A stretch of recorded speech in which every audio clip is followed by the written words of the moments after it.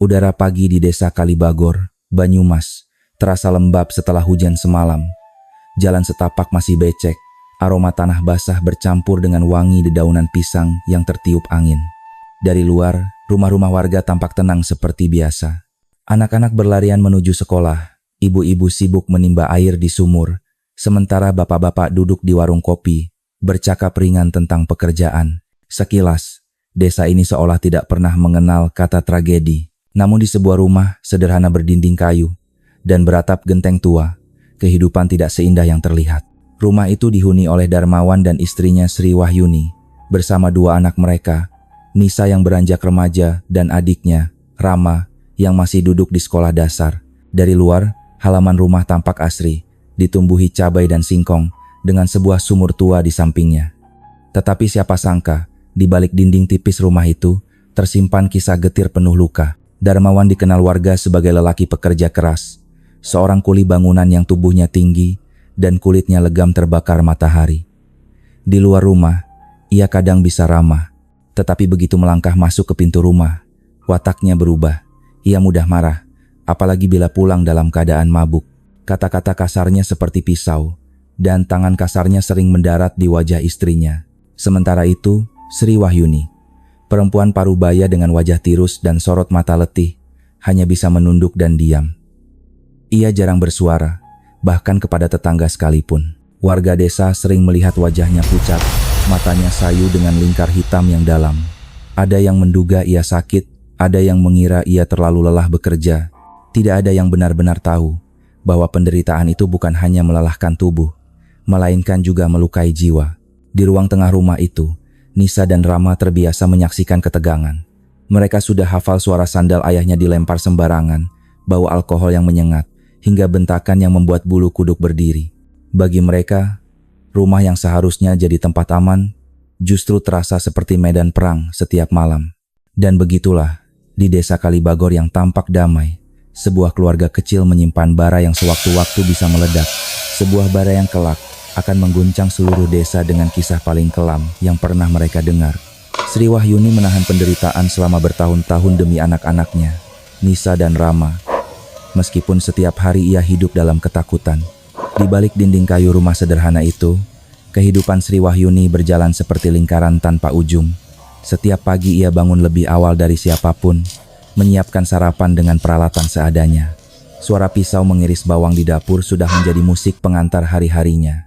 Namun, bukan aroma masakan yang memenuhi hatinya, melainkan rasa cemas menunggu langkah kaki Darmawan, suaminya, yang selalu bangun dengan wajah masam dan suara berat penuh amarah. Sri Wahyuni sudah lama terbiasa dengan itu. Ia tahu, bila terlambat menyuguhkan kopi atau nasi, maka tangan kasar suaminya akan lebih cepat bergerak daripada lidahnya. Maka, ia memilih diam, menunduk, dan menerima. Baginya, melawan hanya berarti membuka pintu pada penderitaan yang lebih besar. Nisa, anak sulung mereka, sering memperhatikan ibunya dengan hati yang perih. Gadis remaja itu sadar benar bagaimana ibunya hidup dalam ketakutan. Ia sendiri sering menjadi saksi ketika suara bentakan ayahnya menggema hingga membuat lampu minyak bergetar di gantungan. Nisa berusaha melindungi adiknya, Rama, dengan menutup telinga bocah kecil itu agar tidak mendengar sumpah serapah sang ayah. Namun, sekeras apapun usaha Nisa, ketakutan tetap merayap masuk ke dalam hati mereka. Rama yang masih polos tak sepenuhnya mengerti. Baginya, ayah hanyalah sosok yang sering marah dan jarang tersenyum. Ia lebih mengenal pelukan ibunya dan belayan lembut kakaknya. Setiap kali Darmawan pulang dalam keadaan mabuk, Rama bersembunyi di balik punggung Nisa, memeluk buku gambar atau mainan kayunya, berharap badai segera reda. Sri Wahyuni sering merasa hatinya teriris saat melihat ketakutan di wajah anak-anaknya. Ia ingin sekali melarikan diri, meninggalkan semua kekerasan itu. Namun, di desa kecil seperti Kalibagor, gosip lebih tajam daripada pisau. Seorang perempuan yang meninggalkan suami dianggap aib, bahkan meskipun suaminya kasar. Ia takut bila pergi, anak-anaknya akan dipandang hina, dan mereka mungkin tidak akan punya tempat berlindung.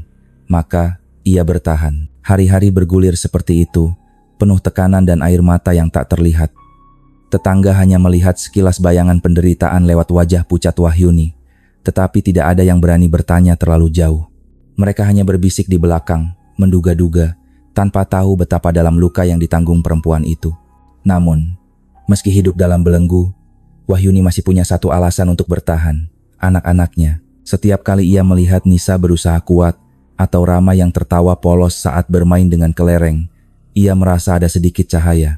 Selama mereka masih bisa tersenyum, batinnya, aku harus tetap bertahan, apapun yang terjadi. Tapi sayangnya, cahaya itu semakin lama semakin redup.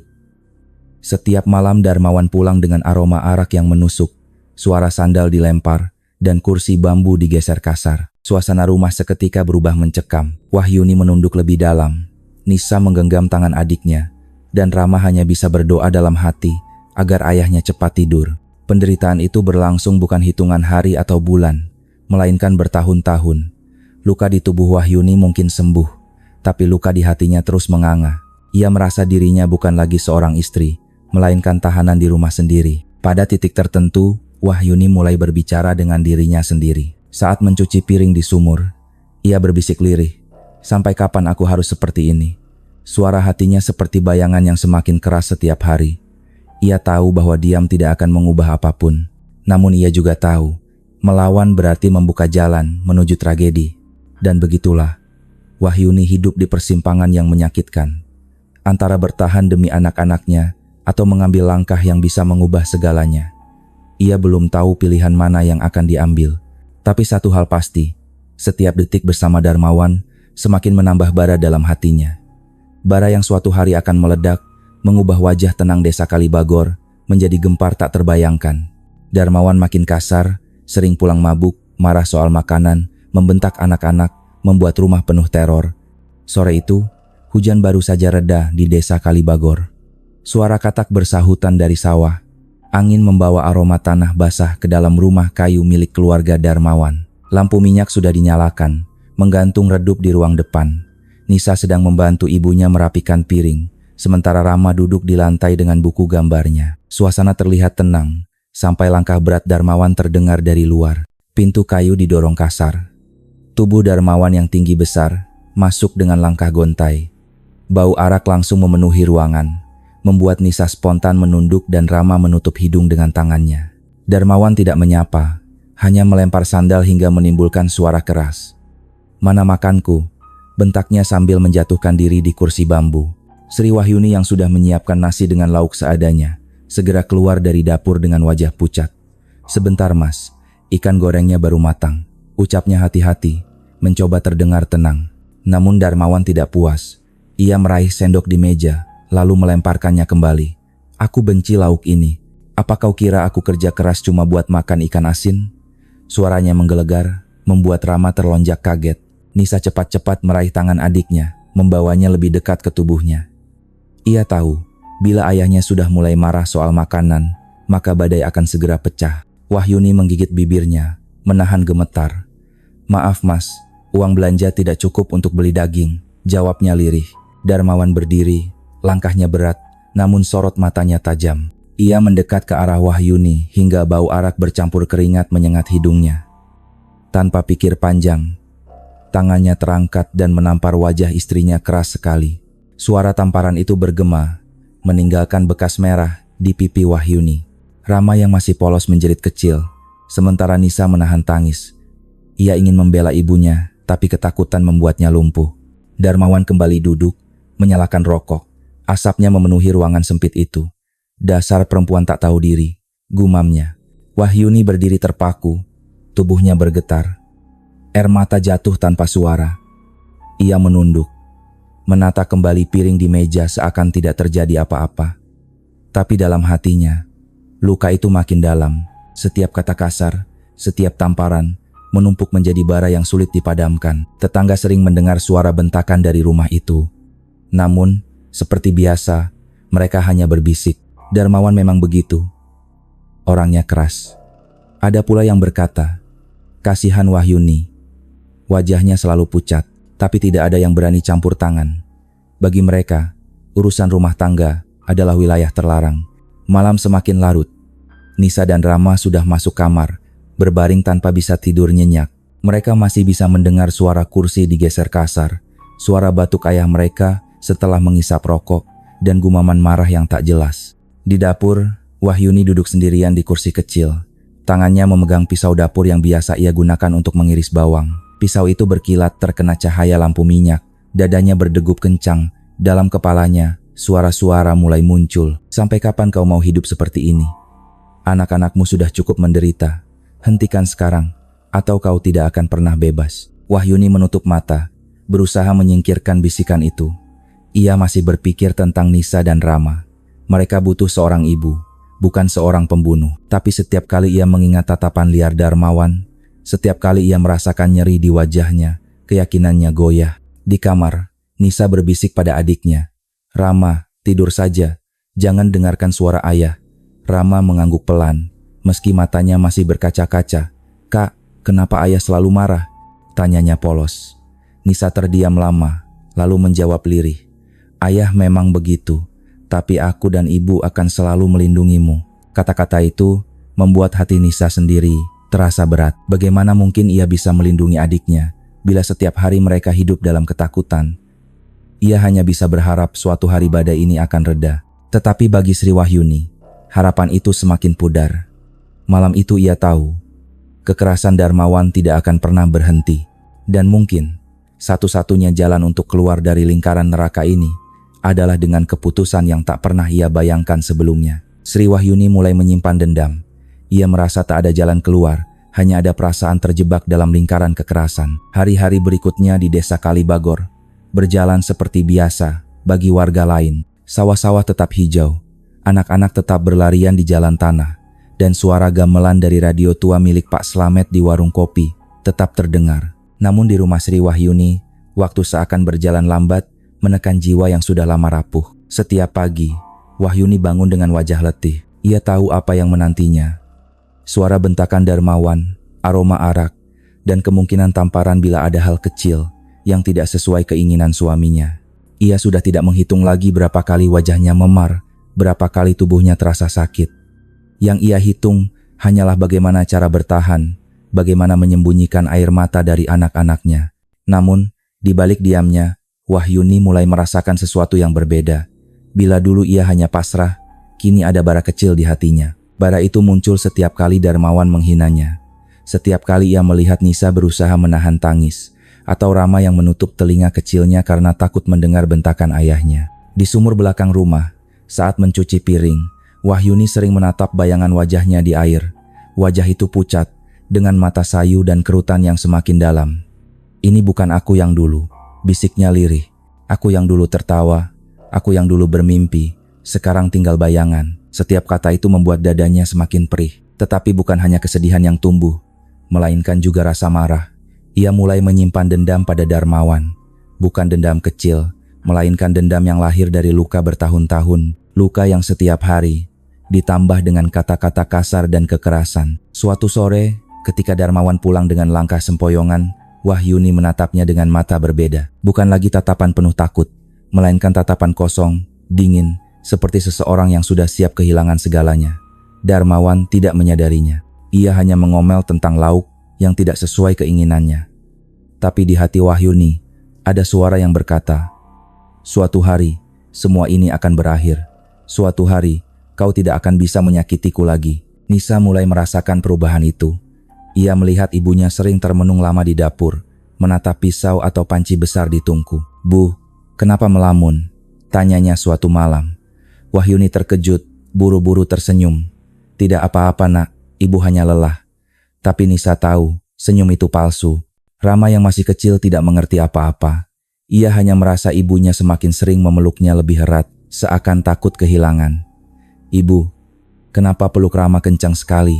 tanyanya polos. Wahyuni hanya tersenyum getir, mengusap kepala anaknya sambil menahan air mata. Tetangga mulai mencium sesuatu yang aneh. Buati pernah melihat Wahyuni duduk lama di depan rumah, menatap kosong ke jalan.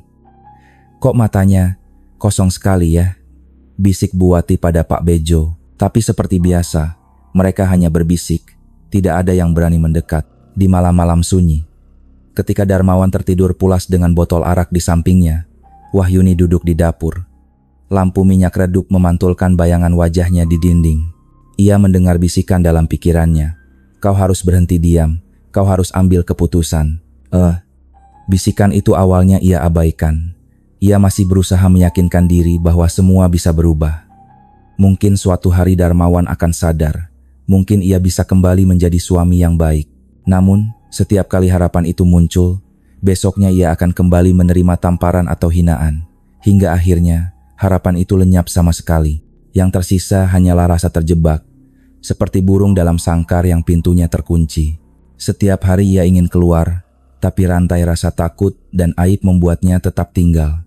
Dan dalam keterjebakan itulah, dendam mulai tumbuh menjadi keputusan. Keputusan yang perlahan merasuk ke dalam pikirannya. Bila Darmawan adalah sumber penderitaan, maka hanya dengan menghilangkannya, ia dan anak-anak bisa bebas. Malam itu, hujan turun deras. Suara air menetes dari atap genteng tua. Sementara di luar, angin kencang mengguncang pohon pisang. Wahyuni duduk sendirian di dapur, tangannya memegang pisau. Ia tidak menangis. Ia hanya menatap pisau itu lama, lalu menarik napas dalam-dalam. Kalau aku tidak bertindak, anak-anakku akan terus menderita. Dalam diam, ia tahu. Sebuah rencana kelam sudah lahir di hatinya. Malam hujan deras, Darmawan memukul istrinya keras sekali. Saat itu Wahyuni mengambil pisau dapur dan menikam suaminya hingga tewas. Malam itu, hujan deras mengguyur desa Kalibagor. Suara air menimpa atap genteng tua rumah Sri Wahyuni, bercampur dengan bunyi katak dari sawah belakang. Lampu minyak yang tergantung di ruang depan berayun-ayun tertiup angin, memantulkan bayangan goyah di dinding kayu.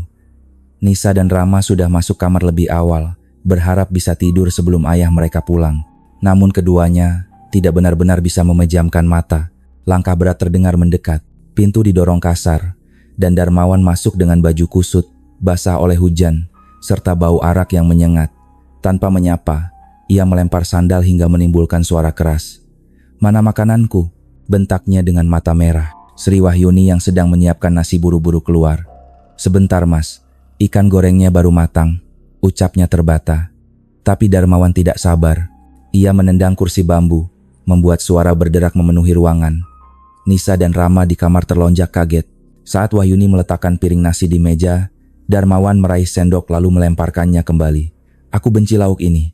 Apa kau kira aku kerja cuma buat makan ikan asin?" teriaknya. Tangannya terangkat, dan dengan keras ia menampar wajah istrinya. Tubuh Wahyuni terhuyung hampir jatuh.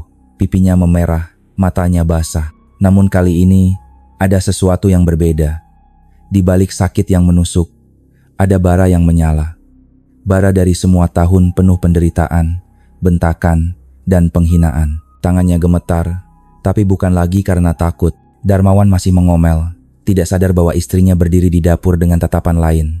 Wahyuni menunduk sebentar, lalu meraih gagang pisau dapur. Cahaya lampu minyak membuat pisau itu berkilat. Suara dalam kepalanya bergema, "Hentikan sekarang, atau kau tidak akan pernah bebas." Ia berjalan pelan mendekati ruang depan. Darmawan tidak menoleh. Ia sibuk menyalakan rokok, mulutnya masih memaki. "Perempuan tak tahu diri, makananku tak pernah enak." "Mas," suara Wahyuni lirih, hampir tak terdengar. Darmawan menoleh setengah malas. "Apalagi?" Dan di detik itulah, semua yang ia pendam meledak. Wahyuni mengayunkan pisau ke arah dada suaminya.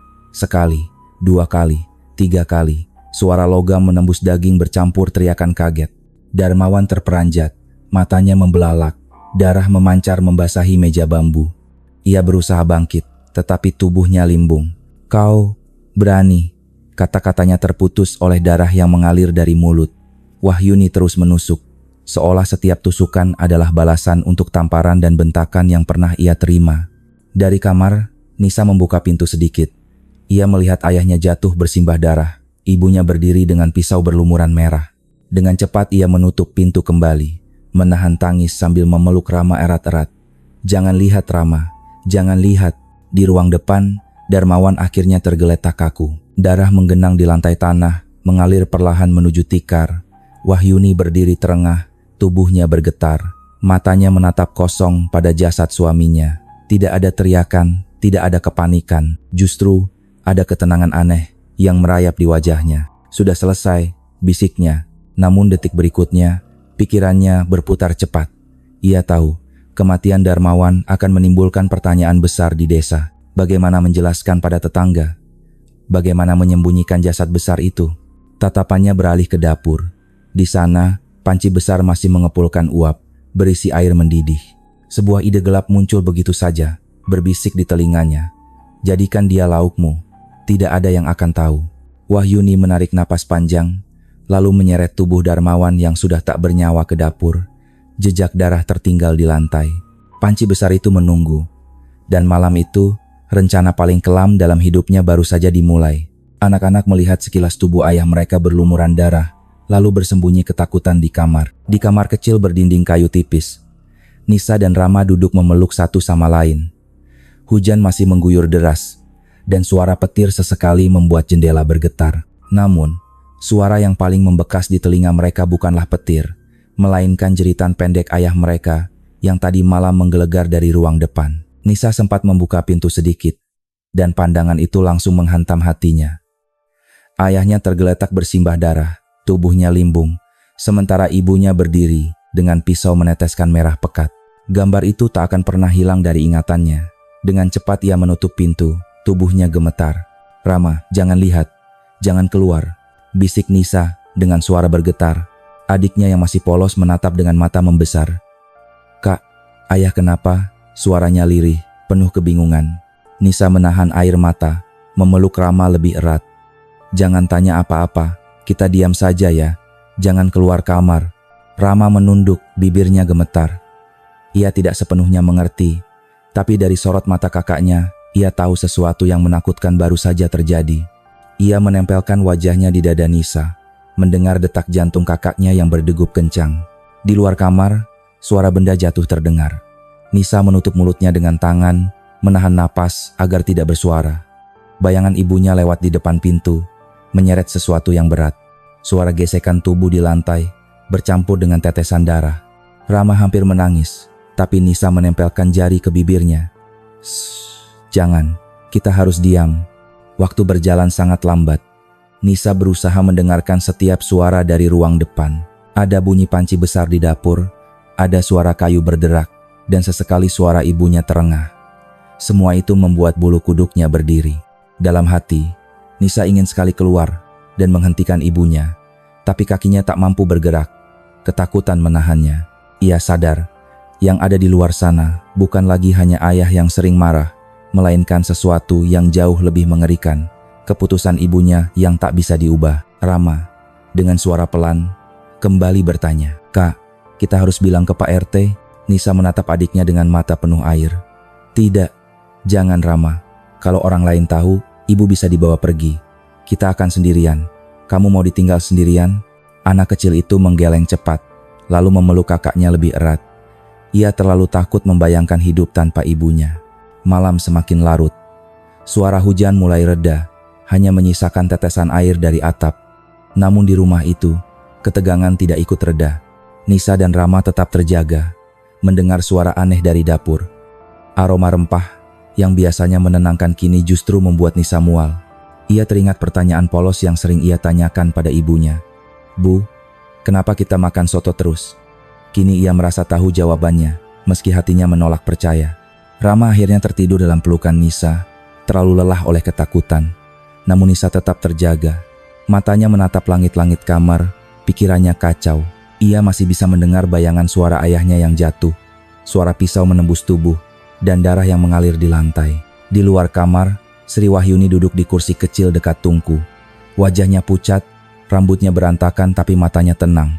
Di hadapannya, panci besar mendidih, mengeluarkan uap bercampur aroma rempah. Tangannya bergetar saat mengaduk, tapi senyumnya tipis. Bagi Nisa dan Rama, malam itu adalah awal dari mimpi buruk. Mereka tidak lagi hanya takut pada ayah yang kasar, tetapi juga pada kenyataan bahwa ibu mereka telah melangkah ke jalan yang jauh lebih gelap. Dan meski pintu kamar masih tertutup rapat, mereka tahu hidup mereka tak akan pernah sama lagi. Setelah pembunuhan, Sri Wahyuni menyeret jasad suaminya ke dapur, dan muncul ide mengerikan, memasak daging dan tulang Darmawan menjadi soto. Malam di desa Kalibagor semakin sunyi. Hujan sudah reda, hanya tersisa rintik air yang jatuh dari atap genteng ke tanah becek. Di dalam rumah kayu itu, Sri Wahyuni berdiri terpaku. Tubuh Darmawan tergeletak kaku di ruang depan. Darahnya masih mengalir di lantai tanah, membentuk genangan gelap. Tangannya gemetar, napasnya tersengal. Namun anehnya, tidak ada penyesalan yang jelas di wajahnya. Justru ada semacam kelegaan. Ia menatap suaminya dengan mata kosong. Akhirnya selesai, bisiknya lirih. Tapi setelah itu, ketakutan mulai menyelinap. Ia sadar, tubuh besar Darmawan tidak mungkin bisa ia sembunyikan begitu saja. Warga desa akan segera curiga jika besok pagi tidak melihatnya. Gosip di Kalibagor menyebar lebih cepat daripada angin. Dan ketika gosip itu sampai ke telinga polisi, semuanya akan berakhir. Pikirannya berputar cepat. Ia melihat panci besar di dapur, masih mengepulkan uap. Air mendidih di dalamnya siap untuk memasak lauk sederhana. Tatapannya lama tertuju pada panci itu. Dan tiba-tiba, sebuah bisikan muncul di kepalanya. Jadikan dia laukmu, tidak ada yang akan tahu. Wahyuni menutup wajahnya dengan tangan. Tidak, aku tidak bisa. Namun suara itu semakin keras. Kalau kau biarkan dia begitu saja, orang-orang akan menemukan. Anak-anakmu akan kehilangan ibu mereka. Kau akan dipenjara. Apa itu yang kau mau? Tubuhnya lemas, tapi langkah kakinya mantap. Ia menyeret jasad Darmawan menuju dapur. Suara gesekan tubuh di lantai membuat bulu kuduk berdiri. Jejak darah tertinggal di setiap langkah, mengalir seperti garis merah menuju tungku. Dengan susah payah, ia meletakkan tubuh suaminya di dekat panci besar. Tangannya bergetar saat memegang pisau dapur yang masih berlumuran darah. Ini demi anak-anakku, ucapnya, mencoba meyakinkan diri. Pisau itu kembali terangkat, bukan untuk melukai, melainkan untuk memotong. Daging pertama ia iris dengan tangan gemetar, namun semakin lama gerakannya menjadi lebih teratur. Suara pisau mengenai tulang bercampur dengan isakannya. Air mata jatuh, tapi ia tidak berhenti. Uap panas dari panci menyambut setiap potongan. Ia memasukkan daging ke dalam air mendidih, lalu menambahkan bumbu rempah, bawang putih, serai, daun jeruk. Aroma wangi segera memenuhi ruangan, berusaha menutupi bau anyir yang menusuk. Wajah Wahyuni pucat, namun matanya menatap panci dengan sorot aneh. Seolah-olah ia bukan lagi seorang ibu rumah tangga, melainkan seseorang yang sedang menjalankan ritual. Di kamar, Nisa yang masih terjaga mencium aroma itu. Hidungnya menangkap bau soto, tetapi hatinya justru mual. Ia tahu benar apa yang sedang dimasak ibunya. Ia menggenggam tangan Rama lebih erat, mencoba menahan tangis. Wahyuni terus bekerja hingga larut malam. Ia menghancurkan sebagian tulang dengan batu, lalu merebusnya bersama daging. Tangannya penuh noda, namun ia tetap mengaduk perlahan. Di wajahnya muncul senyum tipis yang sulit dimengerti, campuran antara keputusasaan, ketenangan, dan rasa puas yang aneh. Ketika fajar hampir menyingsing, panci itu sudah penuh dengan kuah kekuningan yang harum. Dari luar, rumah Wahyuni tampak seperti rumah lain pada umumnya. Tidak ada yang tahu bahwa di dalamnya, sebuah rahasia kelam sedang mendidih bersama bumbu dapur. Sri Wahyuni duduk di kursi kecil dekat tungku. Matanya kosong menatap uap panas yang naik ke langit-langit. Dalam hati, ia berbisik pada dirinya sendiri. Tidak ada yang akan tahu. Tidak sekarang, tidak pernah. Dan dengan keyakinan itu, ia menutup panci rapat-rapat. Keesokan pagi, Wahyuni menyajikan soto daging manusia itu untuk anak-anaknya.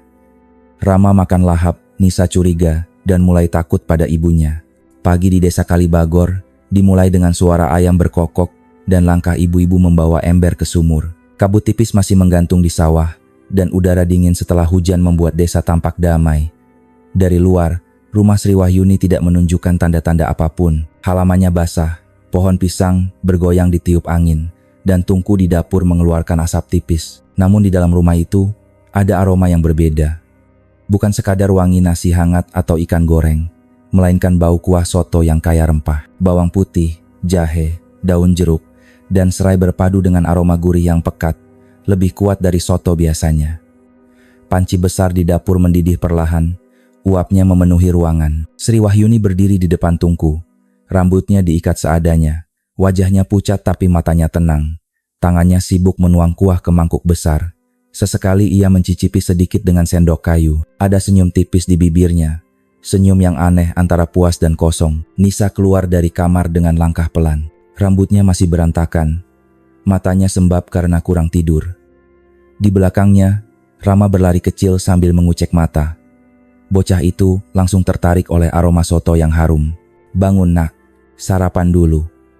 Hari ini ibu masak soto," ucap Wahyuni dengan suara lembut. Rama tersenyum lebar, langsung duduk di lantai dekat meja bambu. "Wah, enak sekali Bu. Aku suka soto," katanya polos. Ia segera mengambil sendok, meniup kuah panas, lalu menyuapnya dengan lahap. Wajahnya berbinar, seakan lupa kejadian malam tadi. Nisa menelan ludah. Aroma sedap itu menusuk hidungnya, tapi perutnya justru mual. Ia masih ingat jelas bagaimana ayahnya tergeletak bersimbah darah, diseret ke dapur oleh ibunya. Tatapannya tertuju pada mangkuk di depannya, pada potongan daging yang tampak empuk. Hatinya bergetar. "Ibu," suaranya pelan, nyaris berbisik.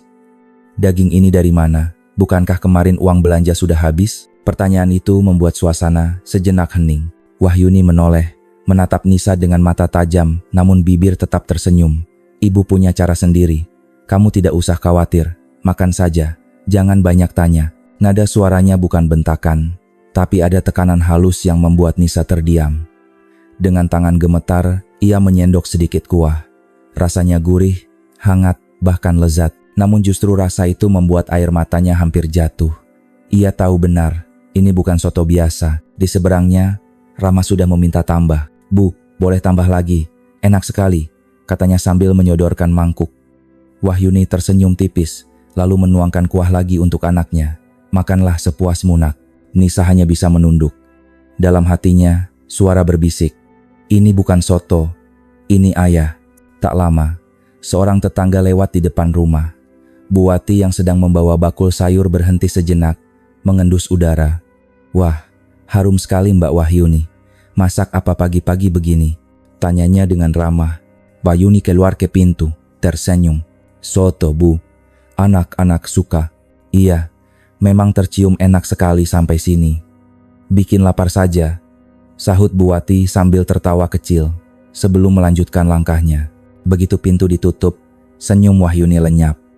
Matanya kembali dingin, menatap ke arah panci yang masih mendidih. Dalam hati, ia berbisik, "Tidak ada yang boleh tahu. Tidak sekarang, tidak pernah." Nisa melihat itu, dan tubuhnya merinding. Ia sadar, ibunya sudah berubah. Perempuan yang dulu sabar, kini tampak seperti orang lain. Sementara Rama masih makan dengan polos, tanpa curiga sedikit pun. Bagi anak itu, pagi ini hanyalah sarapan biasa. Tetapi bagi Nisa, setiap sendok soto adalah rahasia mengerikan yang membuatnya semakin takut. Ia menunduk, mencoba menahan tangis, sambil memeluk adiknya diam-diam di bawah meja. Dan disinilah awal dari teror baru dimulai. Bukan lagi ayah yang kasar, melainkan ibu yang menyimpan rahasia kelam di balik panci besar dapur mereka. Tetangga mulai mencurigai. Aroma soto dari rumah Wahyuni tidak pernah hilang, sementara Darmawan sudah lama tidak terlihat. Beberapa hari berlalu sejak malam berdarah itu. Bagi warga desa Kalibagor, hidup tampak biasa. Namun, pelan-pelan, bisikan aneh mulai terdengar dari mulut ke mulut. Semua berawal dari hal kecil. Aroma soto yang setiap hari tercium dari rumah Sri Wahyuni. Pagi itu, Buati sedang menimba air di sumur bersama Buyati. Ia mengendus pelan udara pagi, lalu berbisik, "Sampeyan cium tidak? Dari rumah Wahyuni kok tiap hari bau soto ya? Padahal biasanya dia masak seadanya." Buyati mengangguk pelan. "Iya, aku juga heran. Kemarin aku lihat dia beli serai, bawang, dan daun jeruk banyak sekali di pasar. Padahal suaminya sudah lama tidak kelihatan." Kata-kata itu membuat keduanya saling pandang. Darmawan, yang biasanya suka nongkrong di warung kopi Pak Slamet meski dengan mabuknya, sudah hampir seminggu tak tampak batang hidungnya.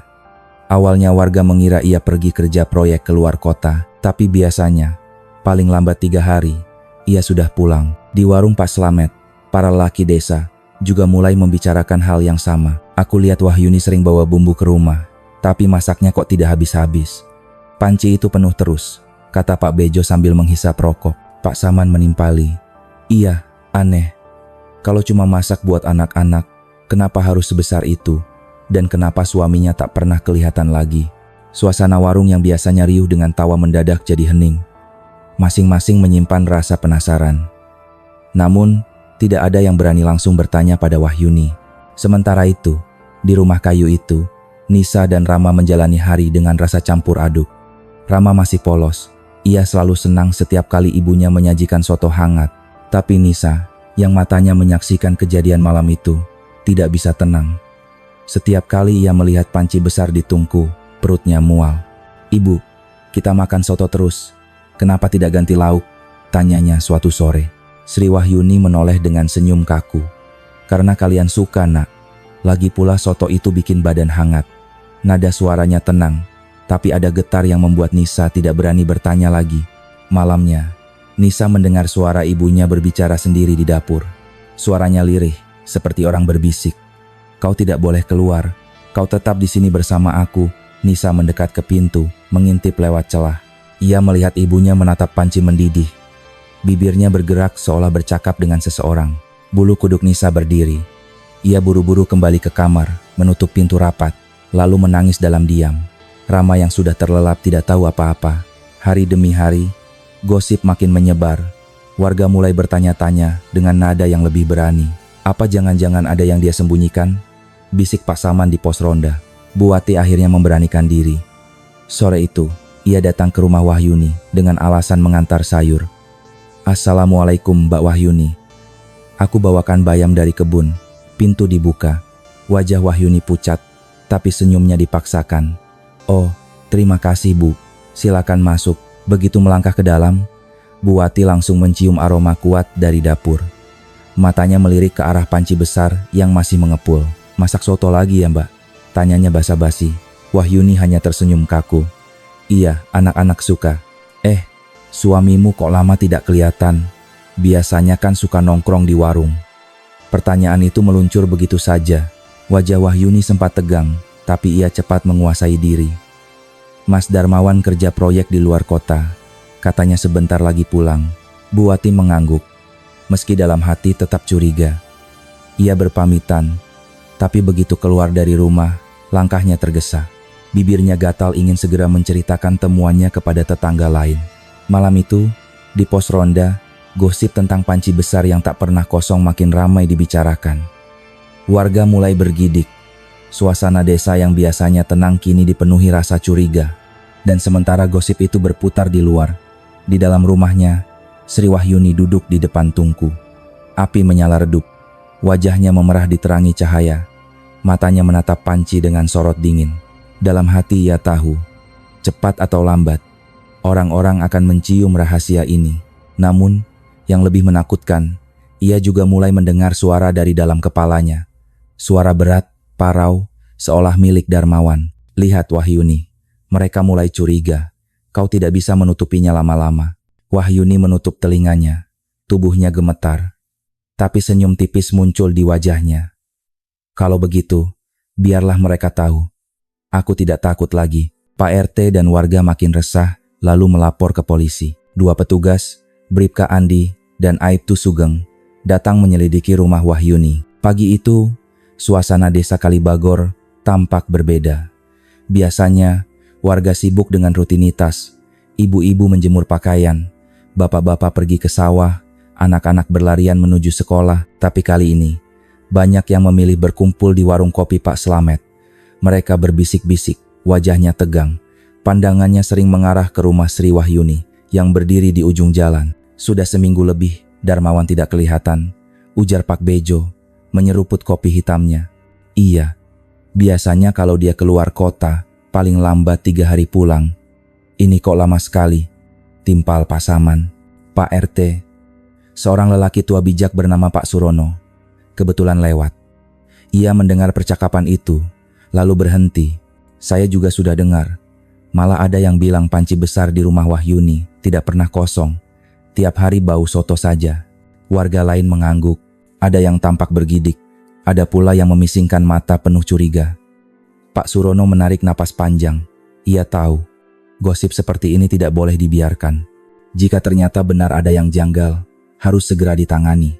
Sore itu, Pak Surono memberanikan diri melapor ke polsek terdekat.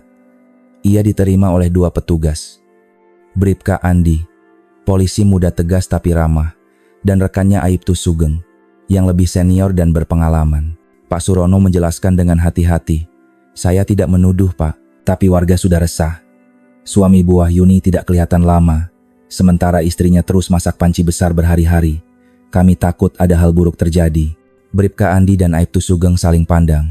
Andi mengangguk pelan. "Baik, Pak RT, kami akan periksa, tapi tolong jangan biarkan warga gegabah. Kalau ada keributan, bisa makin runyam. Menjelang maghrib, kedua polisi itu tiba di desa Kalibagor dengan motor dinas. Anak-anak kecil berlari mengikuti mereka, penasaran. Warga dewasa hanya menatap dari jauh, berbisik-bisik. Semua mata tertuju ke arah rumah Sri Wahyuni. Rumah itu tampak sepi, hanya lampu minyak kecil yang menyala redup di ruang depan. Dinding kayunya berlumut, halaman basah setelah hujan. Dari dapur, samar-samar tercium aroma rempah yang pekat. Bribka Andi mengetuk pintu dengan sopan. Tok tok tok. Assalamualaikum, Bu Wahyuni. Kami dari kepolisian, ingin berbicara sebentar. Pintu terbuka perlahan. Sri Wahyuni muncul dengan wajah pucat. Senyumnya kaku. Waalaikumsalam. Ada perlu apa, Pak? Aibtu Sugeng berbicara dengan nada tenang. Kami hanya ingin menanyakan keberadaan suami ibu. Beberapa warga bilang sudah lama tidak melihat beliau. Wahyuni tercekat sejenak, lalu cepat menjawab. Mas Darmawan kerja proyek di luar kota, belum sempat pulang. Biasa, kalau ada proyek besar, bisa lama. Bribka Andi memperhatikan wajahnya dengan seksama. Kalau boleh tahu, kapan terakhir ibu berkomunikasi dengan beliau? Wahyuni menunduk. Minggu lalu, lewat surat titipan. Jawaban itu terdengar janggal. Sambil berbincang, Andi melirik ke dalam rumah. Matanya menangkap panci besar di dapur yang masih mengepulkan uap. Aroma rempah semakin jelas. Ibu masak apa? Harumnya sampai ke depan. Oh, itu. Soto, Pak. Anak-anak suka. Jawab Wahyuni terbata. Andi hanya mengangguk, tidak ingin menekan terlalu jauh. Ia tahu, jika dipaksa, Wahyuni bisa panik. Baik, Bu.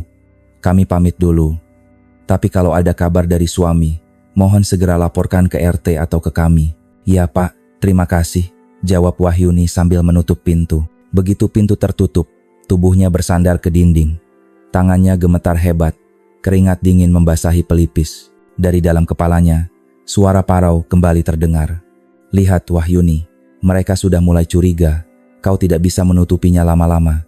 Azra. Wahyuni menutup mulutnya dengan tangan, berusaha menahan jeritannya. Ia berjalan ke dapur, membuka panci. Kuah kuning bergolak, potongan daging terapung di dalamnya.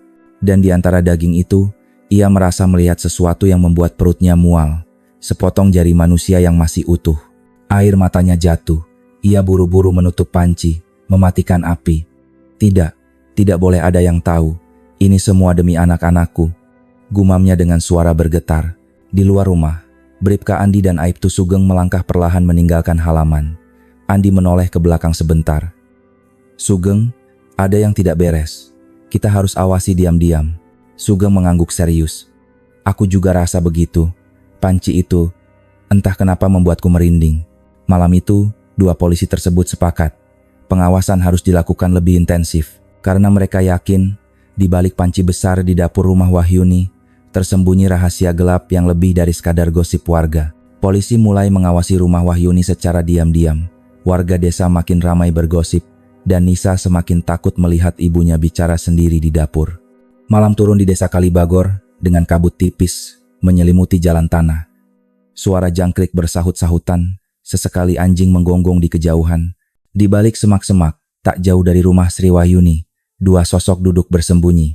Mereka adalah Bribka Andi dan Aibtu Sugeng yang mendapat perintah untuk melakukan pengintaian. Kita tidak bisa gegabah masuk, bisik Andi. Kalau benar ada sesuatu di dalam, kita butuh bukti kuat. Sugeng mengangguk, matanya menatap tajam ke rumah kayu sederhana itu. Dari jendela, terlihat samar cahaya lampu minyak. Sesekali, bayangan bergerak di dapur. Dari tempat mereka bersembunyi, aroma samar rempah terbawa angin malam. Andi mengerutkan dahi. Dia masak lagi. Jam segini, gumamnya. Sugeng hanya menarik napas panjang. Aku rasa panci itu tidak pernah benar-benar kosong. Hau. Sementara itu, di dalam rumah, Sri Wahyuni berdiri di depan tungku. Wajahnya pucat, rambutnya acak-acakan, tapi matanya fokus menatap panci besar yang bergolak. Tangannya gemetar saat mengaduk kuah kekuningan yang pekat. Uap panas naik ke langit-langit, menimbulkan kabut tipis. Di tengah kesunyian, suara lirih terdengar. Tambah lagi, mereka butuh aku, Wahyuni bergidik. Ia menoleh ke kiri dan kanan, tapi tidak ada siapa-siapa. Itu suara dalam kepalanya, suara yang mirip Darmawan. Air matanya jatuh tanpa henti. "Kenapa kau belum pergi, Mas?" "Aku sudah." Suaranya pecah, tapi bisikan itu kembali datang. "Aku belum habis, Wahyuni. Aku masih ada di panci itu. Anak-anakmu makan aku." Wahyuni memukul tutup panci keras-keras. Dentumannya terdengar sampai keluar. Andi dan Sugeng yang bersembunyi saling pandang, bulu kuduk mereka berdiri. Di kamar, Nisa yang sedang terjaga mendengar suara ibunya. Dengan langkah hati-hati, ia mengintip lewat celah pintu. Dilihatnya ibunya berdiri di depan panci. Bibirnya bergerak seolah berbicara dengan seseorang yang tidak ada. "Ibu," panggil Nisa lirih. Wahyuni tersentak, cepat menoleh. Wajahnya panik sesaat, lalu tersenyum kaku. "Tidur lagi, Nak. Ibu cuma baca doa." Nisa tidak percaya, tapi ia tidak berani membantah. Ia kembali ke kamar, menutup pintu rapat-rapat, lalu menangis pelan. Ia tahu ibunya sedang menyembunyikan sesuatu yang lebih besar dari sekadar rahasia dapur. Keesokan harinya, gosip makin menjadi-jadi. Di warung kopi Pak Slamet, para lelaki desa berkumpul. "Aku lihat sendiri, panci besar itu masih penuh dari kemarin," kata Pak Bejo dengan wajah serius. Pak Saman menambahkan, "Dan istrinya Darmawan suka ngomong sendiri. Matanya kosong, kayak orang kesurupan." Ucapan itu membuat suasana hening. Warga yang mendengar mulai resah, sebagian bahkan ketakutan. Sementara itu, di sumur belakang desa, ibu-ibu juga membicarakan hal serupa. "Jangan-jangan suaminya itu sudah tidak ada," bisik Bu Yati dengan suara rendah. Bu Wati mengangguk pelan. "Aku juga curiga begitu. Tapi siapa yang berani menanyakan langsung?" Pak RT, Pak Surono, kembali menerima laporan warga. Ia semakin yakin keputusan melapor ke polisi sudah benar. Kalau dibiarkan, gosip ini bisa jadi fitnah. Lebih baik biar polisi yang mengusut. Malam berikutnya, pengintaian dilanjutkan. Andi dan Sugeng kembali bersembunyi di semak-semak. Mereka mencatat setiap gerak-gerik di rumah itu. Dari jendela dapur, mereka melihat bayangan samar menyerupai sosok lelaki tinggi berdiri di belakang Wahyuni. Padahal mereka tahu jelas, Darmawan sudah tidak ada. Sugeng menelan ludah, wajahnya pucat. "Kau juga lihat?" Andi mengangguk pelan. "Itu, bayangan siapa?" Bayangan itu hilang seketika begitu Wahyuni menutup panci. Di dalam rumah, Wahyuni duduk di lantai dapur, menatap panci dengan mata kosong. Senyum tipis muncul di bibirnya. "Kalau mereka tahu, biarlah. Aku tidak takut lagi." Dan di kamar, Nisa mendengar bisikan ibunya yang menakutkan itu. Ia memeluk adiknya erat-erat, berdoa dalam hati agar semua ini segera berakhir. Polisi akhirnya masuk ke rumah Wahyuni dengan alasan melindungi anak-anak. Saat membuka panci, mereka menemukan potongan daging manusia. Pagi itu, langit desa Kalibagor diselimuti mendung tipis. Udara terasa berat, seakan desa kecil itu ikut menyimpan rahasia kelam yang sebentar lagi akan terbongkar. Bribka Andi dan Aibtu Sugeng duduk di pos polisi desa, menatap peta sederhana yang digambar di papan kayu. "Kita tidak bisa menunggu lebih lama," ujar Andi dengan nada tegas. "Kalau dibiarkan, bisa berbahaya bagi anak-anak." Sugeng mengangguk. "Betul, kita butuh alasan resmi untuk masuk. Katakan saja ada laporan anak-anak dalam kondisi tidak aman. Itu cukup kuat untuk dasar pemeriksaan." Now, sore harinya, kedua polisi itu bergerak menuju rumah Sri Wahyuni. Beberapa warga mengikuti dari kejauhan, pura-pura sibuk tapi sebenarnya penasaran. Suasana tegang terasa di sepanjang jalan. Anak-anak yang biasanya berlarian pun memilih berdiam di rumah. Andi mengetuk pintu. "Tok tok tok, Assalamualaikum Bu Wahyuni. Kami dari kepolisian, mohon dibuka." Pintu terbuka perlahan. Wahyuni muncul dengan wajah pucat, senyumnya dipaksakan. "Waalaikumsalam, ada apa Pak?" Andi menjaga nada suaranya tetap lembut. "Kami mendapat laporan, anak-anak ibu mungkin dalam kondisi tidak aman. Kami ingin memeriksa sebentar, demi keselamatan mereka." Tubuh Wahyuni gemetar. Tangannya memegang erat kusen pintu.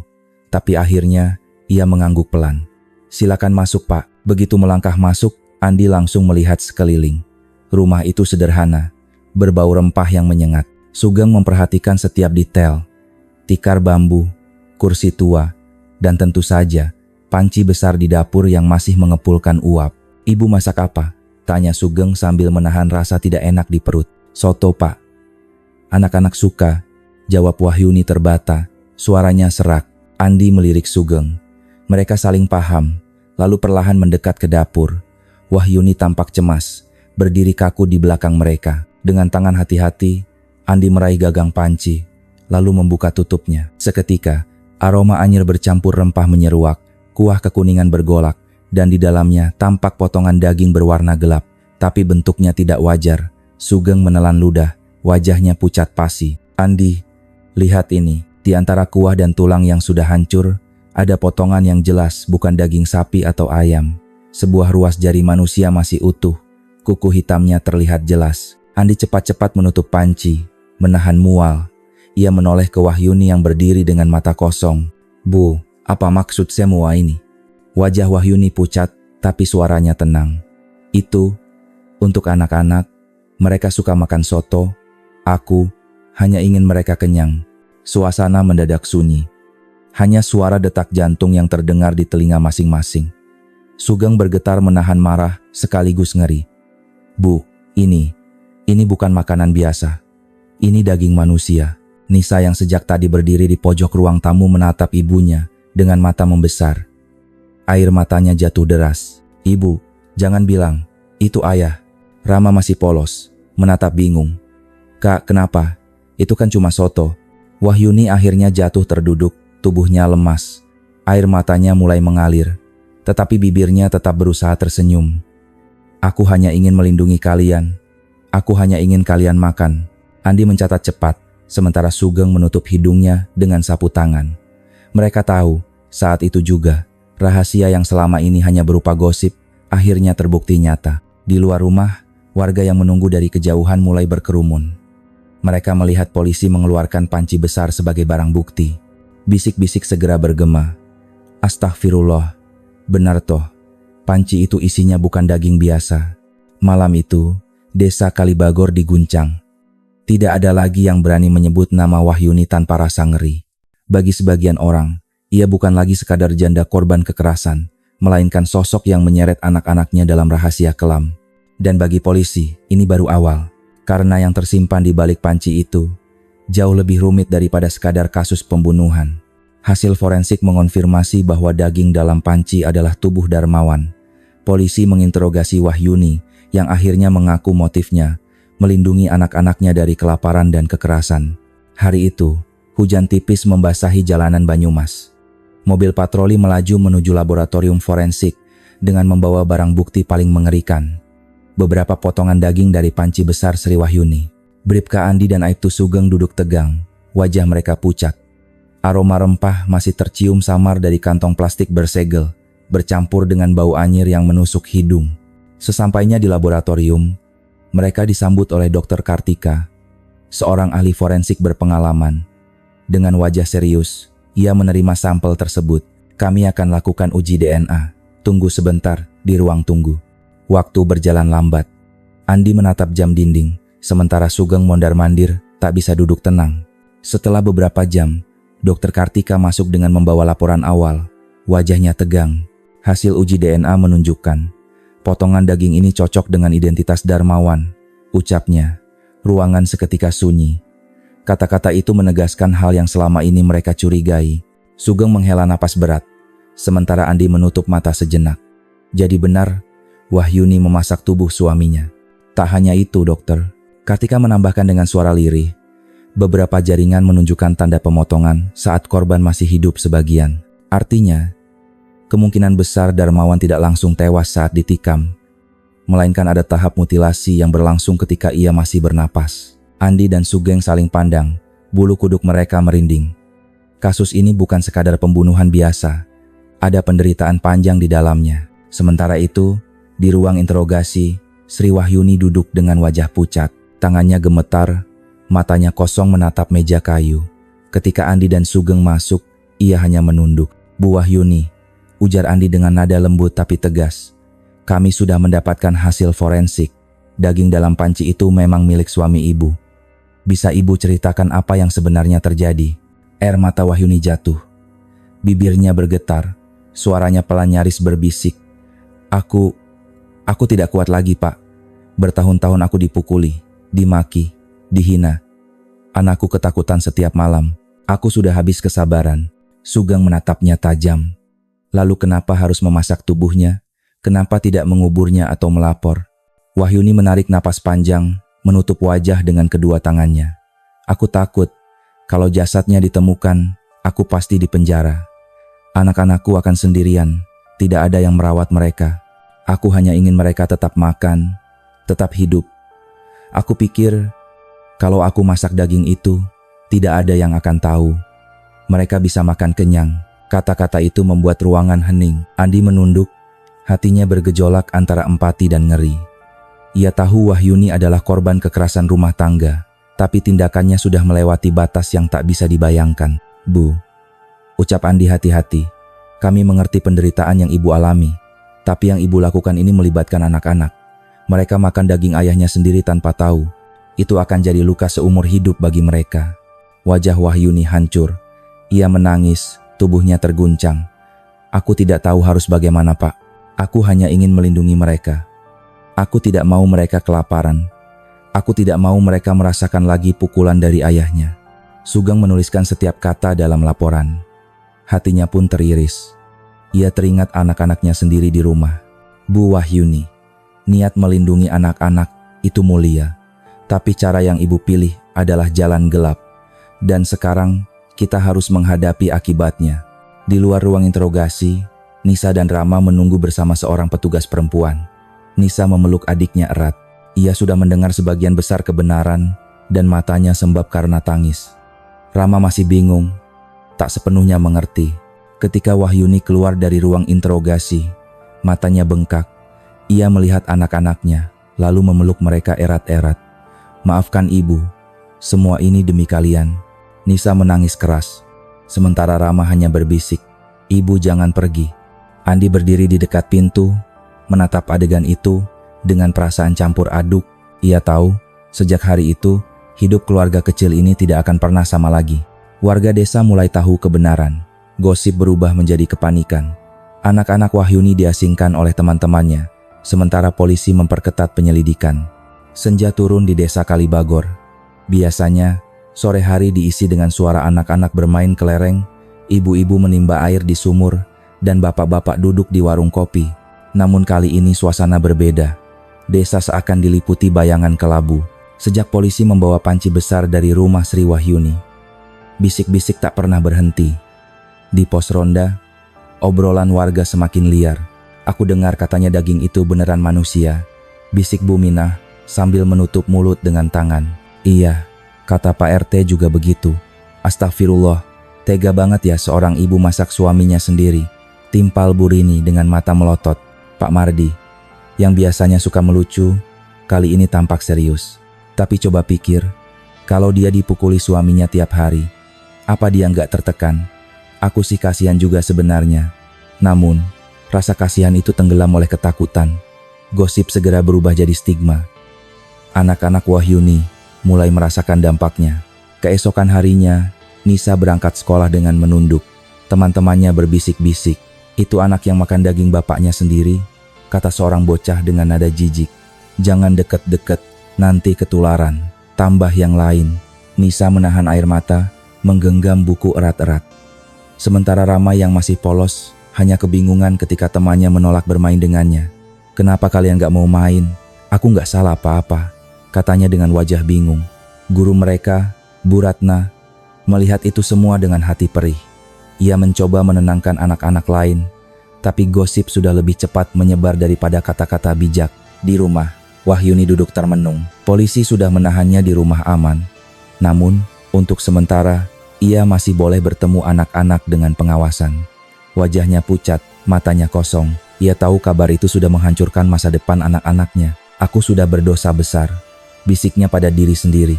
Aku ingin melindungi mereka, tapi malah membuat hidup mereka lebih menderita. Bribka Andi datang ke rumah sore itu.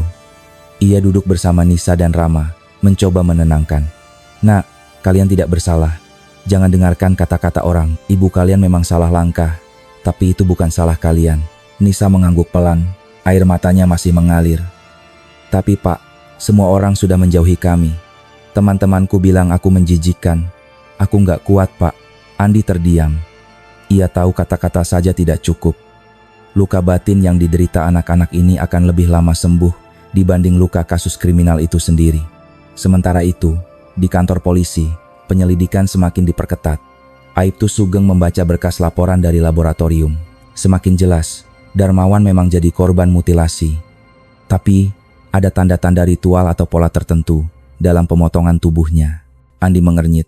Kau maksud Wahyuni tidak sekadar membunuh, tapi ada unsur lain? Sugeng mengangguk pelan. Entah itu tekanan psikologis atau pengaruh lain. Yang jelas, ini bukan sekadar kasus kriminal biasa. Desa pun semakin resah. Malam hari, beberapa warga mengaku mendengar suara tangisan dari rumah Wahyuni. Ada juga yang mengaku mencium aroma soto aneh, meski panci itu sudah dibawa polisi. Kabar-kabar gaib itu membuat suasana makin mencekam. Pak Surono, ketua RT, akhirnya mengumpulkan warga di balai desa. Bapak-bapak, ibu-ibu, kita harus berhenti menyebar gosip. Ini sudah ditangani polisi. Jangan sampai desa kita jadi kacau karena ketakutan sendiri. Namun, meski kata-kata itu menenangkan sebagian, banyak warga tetap memandang keluarga Wahyuni dengan curiga. Bagi mereka, rumah itu bukan lagi sekadar rumah kayu sederhana, tapi tempat lahirnya tragedi yang membuat bulu kuduk berdiri. Di tengah semua itu, Nisa dan Rama hanya bisa berpelukan di kamar sempit mereka. Dunia di luar sudah berubah. Mereka tak lagi punya teman, tak lagi punya tempat untuk berlari. Dan bagi Wahyuni, setiap kali menatap wajah anak-anaknya, hatinya semakin hancur. Ia sadar, bukan hanya suaminya yang hilang malam itu, tapi juga masa depan keluarganya yang ikut musnah. Kasus Wahyuni mencapai akhir. Polisi membawa perkara ini ke pengadilan. Warga desa terbelah antara rasa ngeri dan iba. Akhirnya keadilan ditegakkan dengan pesan moral yang kuat bagi semua. Hari persidangan itu tiba. Pengadilan Negeri Purwokerto penuh sesak oleh wartawan, aparat, dan warga desa yang ingin menyaksikan langsung akhir dari tragedi Sri Wahyuni. Di kursi pesakitan, Wahyuni duduk dengan wajah pucat, mengenakan baju tahanan berwarna oranye. Kedua tangannya gemetar, tapi matanya menatap kosong ke depan. Jaksa membacakan dakwaan dengan suara lantang. Terdakwa Sri Wahyuni terbukti telah menghabisi nyawa suaminya, Darmawan, dengan cara kejam, kemudian memutilasi dan memasaknya. Tindakan ini bertentangan dengan hukum dan norma kemanusiaan. Ruangan hening. Hanya terdengar bisik-bisik kecil dari warga desa. Beberapa menatap Wahyuni dengan ngeri. Sebagian lain justru meneteskan air mata. Teringat bagaimana selama ini ia jadi korban kekerasan rumah tangga. Pengacara pembela mencoba mengajukan keringanan. Yang mulia, klien saya memang melakukan perbuatan keji. Namun jangan lupakan latar belakangnya. Ia bertahun-tahun menderita dipukul, dimaki, dipaksa diam. Ia seorang ibu yang terjebak dalam lingkaran kekerasan tanpa jalan keluar. Malam itu, ia tidak lagi mampu menahan. Perbuatannya adalah ledakan keputusasaan, bukan sekadar niat jahat. Hakim menatap Wahyuni lama. Benarkah begitu, Bu Wahyuni? Apa yang membuatmu sampai melakukan semua ini? Dengan suara serak, Wahyuni menjawab lirih. Yang mulia, aku hanya ingin melindungi anak-anakku. Aku tidak tahu lagi cara lain. Aku ingin mereka hidup, makan, tidak lagi dipukuli ayahnya. Tapi aku salah besar. Tangisnya pecah. Di bangku belakang, Nisa dan Rama menangis, dipeluk oleh petugas pendamping anak. Wajah mereka pucat, tapi mata mereka memancarkan kerinduan pada sosok ibu yang kini duduk di kursi pesakitan. Setelah mendengar saksi, bukti forensik, dan pengakuan Wahyuni, hakim akhirnya mengetukkan palu. Dengan ini, pengadilan menjatuhkan hukuman penjara seumur hidup kepada terdakwa Sri Wahyuni. Ruangan bergemuruh. Ada yang lega karena hukum ditegakkan. Ada pula yang merasa hukuman itu terlalu berat bagi seorang ibu yang hanya ingin melindungi anak-anaknya. Namun, begitulah hukum, tetap harus berjalan, meski hati terasa pilu. Di luar pengadilan, wartawan bertanya kepada Bribka Andi. Pak, apa pendapat Anda tentang kasus ini? Andi menarik napas panjang. Ini pelajaran pahit bagi kita semua. Kekerasan dalam rumah tangga bukan hal kecil. Jika dibiarkan, bisa meledak jadi tragedi. Masyarakat harus lebih peduli. Jangan tutup mata ketika ada tetangga yang menderita. Dan bagi korban, jangan pernah diam. Carilah pertolongan sebelum semuanya terlambat. Kata-kata itu menggetarkan hati warga yang mendengarnya. Mereka mulai menyadari, tragedi Wahyuni bukan hanya soal darah dan daging, tapi juga tentang luka batin yang lama diabaikan. Beberapa bulan kemudian, Desa Kalibagor perlahan kembali tenang. Namun, bekas tragedi itu tidak hilang begitu saja. Rumah kayu bekas kediaman Wahyuni dibiarkan kosong, ditumbuhi lumut dan rumput liar. Orang jarang berani melintas malam hari.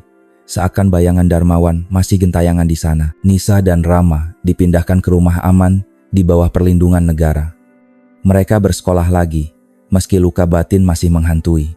Sesekali mereka menjenguk ibunya di penjara. Wahyuni selalu memeluk mereka erat, dengan air mata tak henti. Maafkan ibu nak, hidup kalian harus lebih baik dari ibu. Jangan ulangi kesalahan ini. Dan begitulah, cerita kelam itu berakhir di balik jeruji besi. Wahyuni membayar perbuatannya. Darmawan sudah tiada, dan anak-anak menjadi korban dari nasib yang pahit. Tapi ada satu hal yang tersisa, sebuah peringatan bagi semua orang, bahwa diam terhadap kekerasan sama saja dengan menyuburkan api yang kelak bisa membakar segalanya. Bahwa seorang ibu bisa berubah menjadi sosok paling mengerikan ketika ia terjebak dalam keputusasaan. Keadilan memang ditegakkan, tapi pelajaran moralnya jauh lebih besar. Jangan pernah abaikan penderitaan orang lain, karena dari sebuah rumah sederhana bisa lahir tragedi yang membuat seluruh desa berguncang.